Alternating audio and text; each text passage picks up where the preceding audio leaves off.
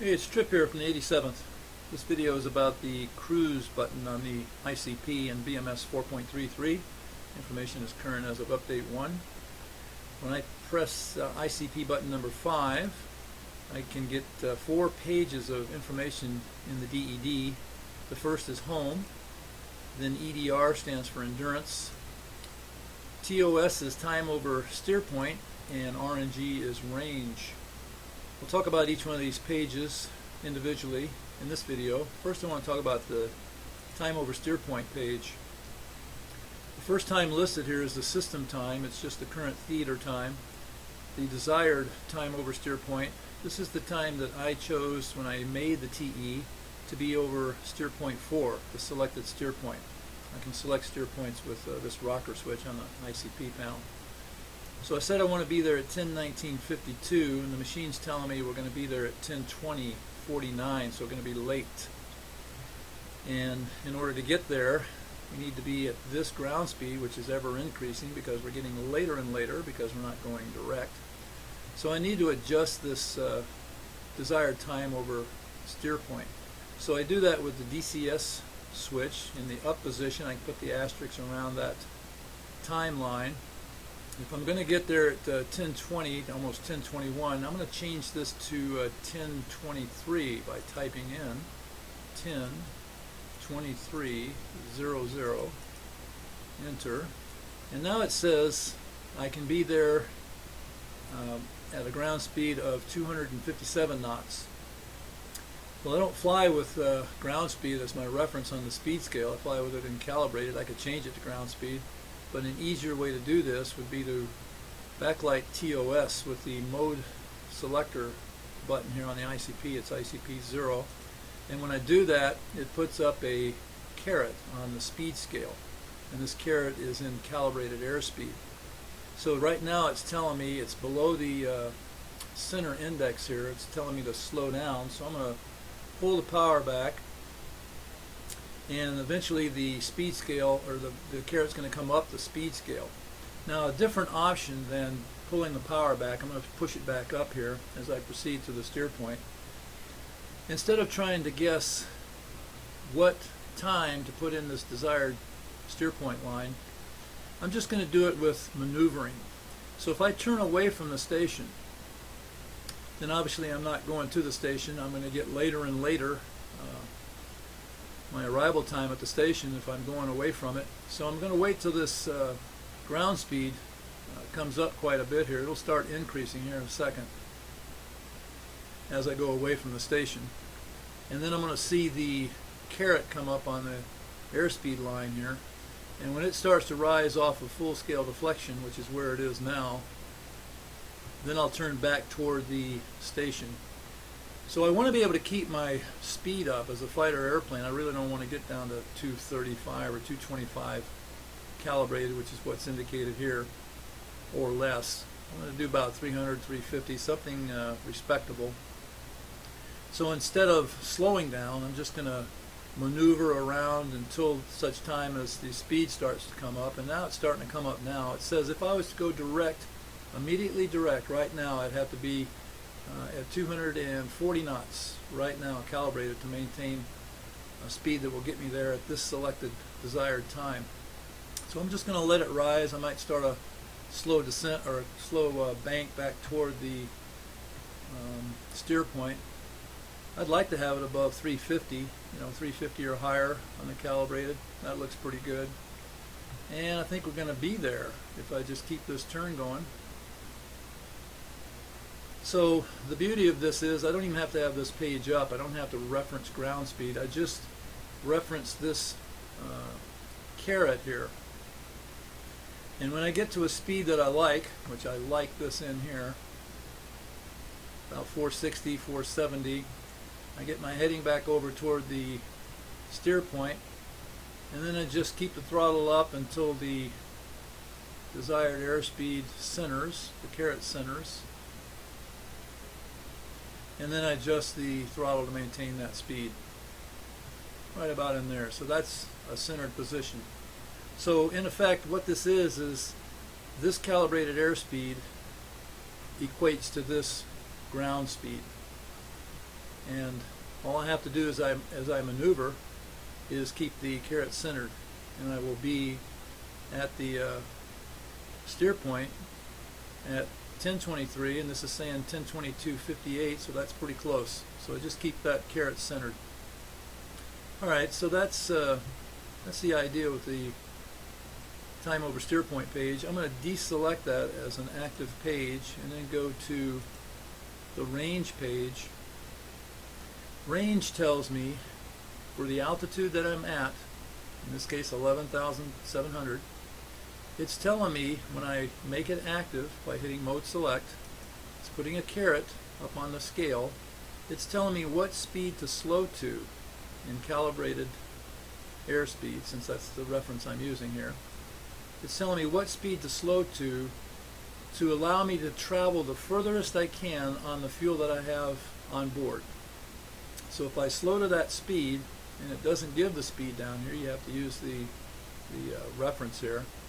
So I just continue to slow, and I'll slow a little bit here. I'm not going to let it get too low because it's going to be quite low. But it's the same idea. When this caret comes up to the center, then that's the speed I want to hold for max range, and it'll be quite low. It's starting to come up now, so it looks like it's going to be around 260-ish or so. Alright, now this is, I'm going to push the power up to kind of stop it there. This is, again, giving me information for the altitude that I'm at, and it's also gross weight dependent. So if I dump fuel, which I can do with the Alt-D, Alt-Delta command, the F-16 doesn't have a dump system, but other airplanes in Falcon do, so that's why they give you the Alt-D option, I guess. So watch what happens to the caret as I dump fuel from the airplane and lighten our gross weight. You can see it goes down. So as my aircraft weight goes down, then the speed required to fly goes down, and I'll go the maximum distance on the amount of fuel that I have on board. So that's kind of handy if you're hurting for fuel and you're coming back and you're below bingo for your landing fuel. So not below bingo, but below arrival fuel.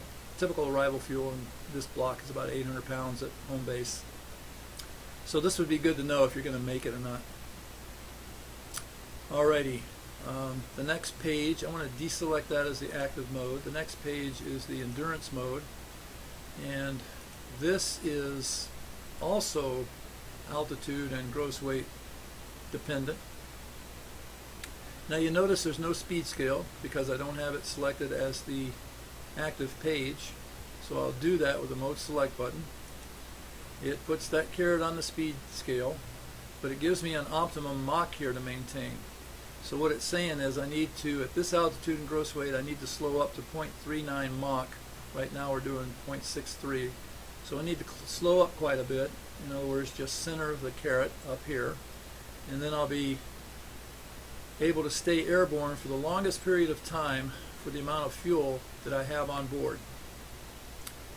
Now, to show you that this is altitude dependent, I've already showed you how it's gross weight dependent. I'll take the auto throttle off and just start a power climb here. We're at 0.39 on the Mach. As I climb up, that Mach number is going to increase because as we climb in altitude, the air gets thinner and the wing gets less efficient. So if we hold too high an angle of attack with low airspeed, then we'll have to have power to maintain speed, and that means higher fuel flow. I'm going to level off here. I think the point is made. Now it's up to 0.41. So the higher I go in altitude, the higher that optimum Mach is going to be. And again, if I center the caret, I'll remain airborne the longest period of time for the amount of gas that I have on board. Alright, now while this is backlit, I want to show you this. If I go back to the, notice where the, well, I don't know if this is going to work or not. Notice where the caret is. If I go back to range, yeah, the caret's down at the bottom. But this caret is always referenced to the last page that you were on that was active. So if I go over here to range, and I think that this needle is telling me range information, it's not, because this is not the active page. Alright, good enough. So that's range, endurance, time over steer point. Let's talk about the the home page, I'm going to select it as the active page, and not only does it put a caret on the speed scale, but it gives me an altitude on the altitude scale.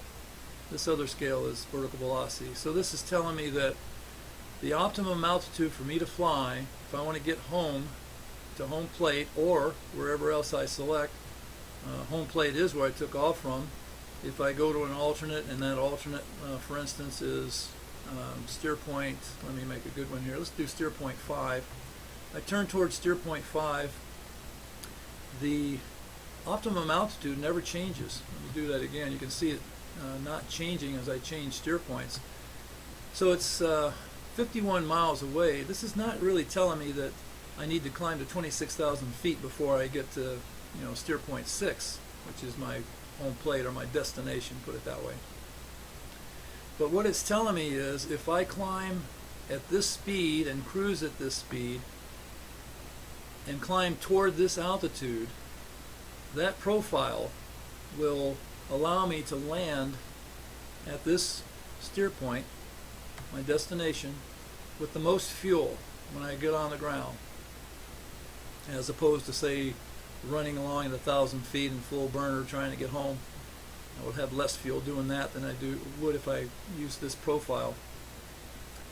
Now, before I climb here, I'm going to mention this. If you watched my descent planning video, when I come home from a mission, I'm at some higher altitude, 25, 30,000 feet, whatever. I'm wondering where to start my descent. So I don't want to get too close to the home plate and being too high and have to do a high dive to get down. So my technique, and I mentioned in that video, is to just wait to the steer point diamond, which in this case represents my destination. When that comes down to the 5-degree pitch down line on the pitch ladder, that's where I pull the flight path marker down to the diamond and start my descent. Well, right now it's telling me that I need to climb to 26,000 feet, but I don't really need to climb that high. So what I do is I need to slow up. So as I start this climb, I'm going to let the airspeed slow until the caret centers, and then I'm going to put in mill power. All right, now I need to climb some more because I caused it to speed to increase. All right, so I'm climbing up toward 26,000 feet. I'm an afterburner, actually. I need to come out of that. I may not necessarily get up to 26,000 feet, or I may get up to 26,000 feet. What I'm looking for is, I'm looking for that steer point diamond, and there it is. It's at the 5-degree pitch down line. So that's where I would normally start my descent. So I put the flight path marker on that diamond at 5 degrees pitch down and maintain that caret speed. Although I didn't get to 26,000 feet, this is the profile that will give me the most fuel when I get on the ground at my destination. I just climb until such time as the steer point diamond comes down the ladder and touches 5, and then I start my descent.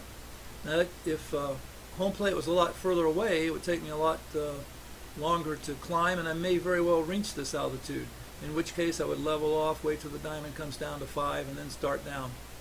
But as it worked out, I didn't have to climb as far as the optimum altitude would have me climb because I'm this close to home. All right, well, I hope that's clear, and I hope this helps someone trip out.